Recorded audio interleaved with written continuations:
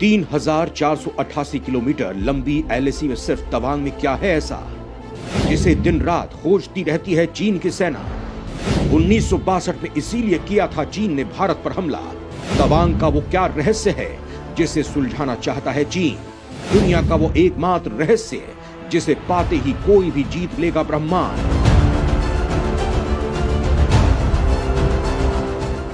दोस्तों, पहले गलवान में चीन ने भारत में घुसने का प्रयास किया। उसके बाद उत्तराखंड में चीनियों ने भारतीय पोस्ट और एक ब्रिज को नुकसान पहुंचाया।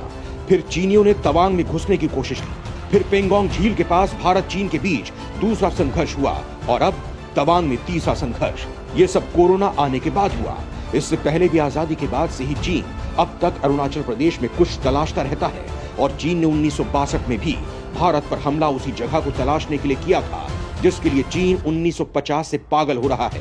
और वो जगह छिपी है इसी तवांग के आसपास, जहां पर 9 दिसंबर को चीन के 600 से ज्यादा सैनिकों ने घुसने की कोशिश की है। सवाल है कि आखिर वो क्या है जिसे तवांग के आसपास तलाशता रहता है चीन? क्या इस जगह को जीत लेने के बाद कोई भी जीत सकता है पूरा ब्रह्मांड, जो दुनिया की सबसे रहस्यपूर्ण जगह है, यानी शांग्रीला घाटी? और कहा जाता है कि भूहीनता का प्रभाव रहता है। यह भी कहा जाता है कि इस घाटी का सीधा संबंध दूसरे लोक से है। ऐसी दुनिया में दूसरी जगह नहीं है। भारत में यह जगह है जरूर, लेकिन खुद भारत नहीं जानता है इसके बारे में। यकीन मानिए, इस रहस्य को जानकर आपके भी रोंगटे खड़े हो जाएंगे। तो वीडियो को पूरा जरूर देखिएगा और इसे कमेंट शेयर जरूर कीजिएगा। विश्व की सबसे रहस्यमयी जगह तवांग की शांग्रीला घाटी, जिसे पाने चीन 70 सालों से भारत पर कर रहा है हमले। दोस्तों, चीन भारत की सीमा में कई सालों से कुछ तलाशने में लगा हुआ है।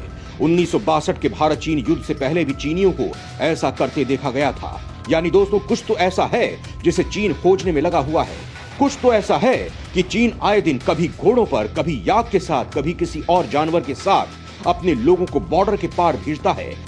तो दोस्तों, आज मैं इस वीडियो में एक ऐसी बात बताने वाला हूं जिसे सुनकर और जानकर आप हैरान हो जाएंगे कि जिनपिंग उसी पटरी पर आगे बढ़ रहा है जिस पर कभी माओ आगे बढ़े थे। दोस्तों, आप सोचने पर मजबूर हो जाएंगे कि साल 1962 का युद्ध असल में भारत की जमीन पर, भारत के संसाधनों पर कब्जे के लिए नहीं, बल्कि इसके पीछे छिपा था एक खास मकसद जो आज भी चीन के लिए रहस्य बना हुआ है। और आज भी चीनी लोग उसी की तलाश में जुटे हैं ताकि वो दुनिया ही नहीं, ब्रह्मांड में सबसे शक्तिशाली भी बन जाएं। तो चलिए दोस्तों, इस खास राज और उससे जुड़े चीन के मकसद से रूबरू करवाता हूं आपको। और दोस्तों, अगर इस मामले में आप भी कुछ जानते हैं तो जरूर बताइएगा। 1962 में भी चीन ने इसी रहस्यमयी जगह का पता लगाने के लिए भारत पर हमला बोला था, लेकिन तब भी वो जगह नहीं मिली थी। हताश होकर चीन ने 22 नवंबर को एक तरफा युद्ध विराम का ऐलान कर दिया। सभी हैरान रह गए कि आखिर हर मोर्चे पर जीत हासिल कर रहे चीन ने खुद ही युद्ध विराम का ऐलान क्यों कर दिया। यहां तक कि भारत के विदेश मंत्रालय के खुफिया विभाग से लेकर खुद प्रधानमंत्री नेहरू को भी इसकी खबर नहीं थी। सब हैरान हैं क्योंकि जिस चीन ने अरुणाचल प्रदेश के आधे से ज्यादा हिस्से पर कब्जा कर लिया था, वो युद्ध विराम की घोषणा के बाद सारा इलाका खाली करके पीछे चला गया था। इतना ही नहीं, लद्दाख में भी वो युद्ध से पहले वाली स्थिति में लौट चुका था। लेकिन दोस्तों, यहीं से कुछ सवाल उभरे जिनके जवाब आज तक लोग तलाशते रहे हैं कि आखिर चीन ने भारत पर अचानक हमला क्यों किया, अचानक उसने युद्ध विराम की घोषणा क्यों की और जीते हुए इलाकों को छोड़कर वापस क्यों चला गया। जवाब है शांग्रीला घाटी। जी हां, बिल्कुल ठीक सुन रहे हैं आप, शांग्रीला घाटी, जिसे सैटेलाइट भी नहीं खोज पाते। दरअसल दोस्तों, शांग्रीला घाटी हिमालय में मौजूद है। इस त्रियामी दुनिया में चौथे आयाम की वो रहस्यमयी और अनजान जगह जहां ना तो कोई जा सकता है और ना ही जिसे कोई देख सकता है। शांग्रीला घाटी तमाम रहस्यों को अपने में समेटे हुए है। कहा जाता है कि काल यानी समय यहाँ ठहर जाता है। शांग्रीला घाटी बरमूडा ट्रायंगल की तरह ही रहस्यों से भरी हुई है, या फिर कहें कि उससे भी कहीं ज्यादा रहस्यमयी है तो गलत नहीं होगा। दुनिया को कम से कम बरमूडा ट्रायंगल का एरिया तो पता है कि वो कहां पर स्थित है, लेकिन शांग्रीला घाटी के बारे में आज तक पता नहीं चल पाया कि आखिर ये कहां है।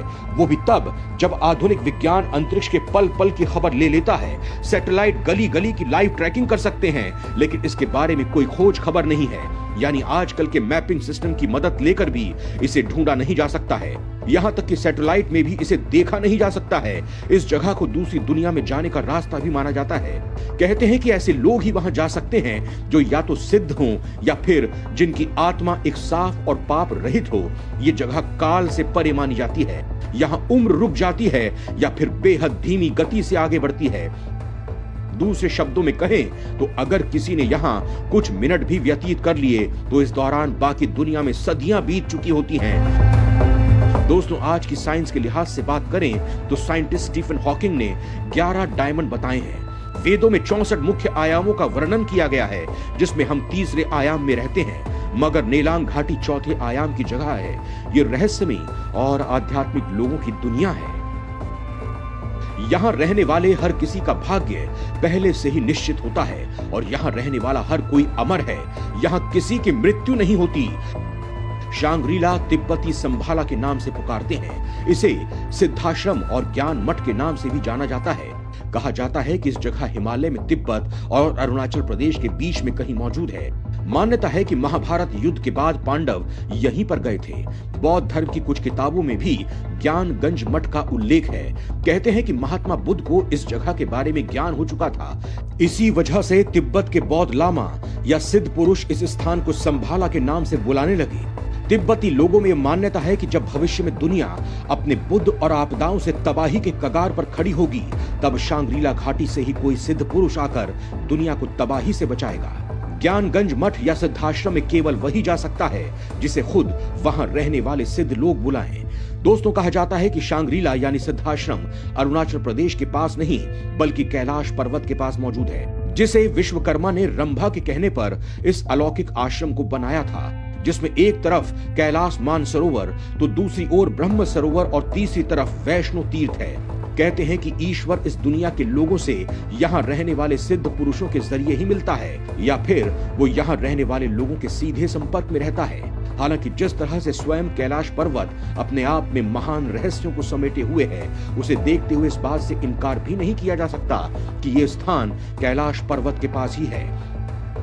दोस्तों, अब बात आती है इसकी खोज की, तो दुनिया के कई हिस्सों से लोग इस घाटी के बारे में सुनकर इसका पता लगाने हिमालय पहुंचे, लेकिन उनमें से ज्यादातर लापता हो गए और लौट कर ही नहीं आए। ब्रिटिश उपन्यासकार जेम्स हिल्टन ने 1933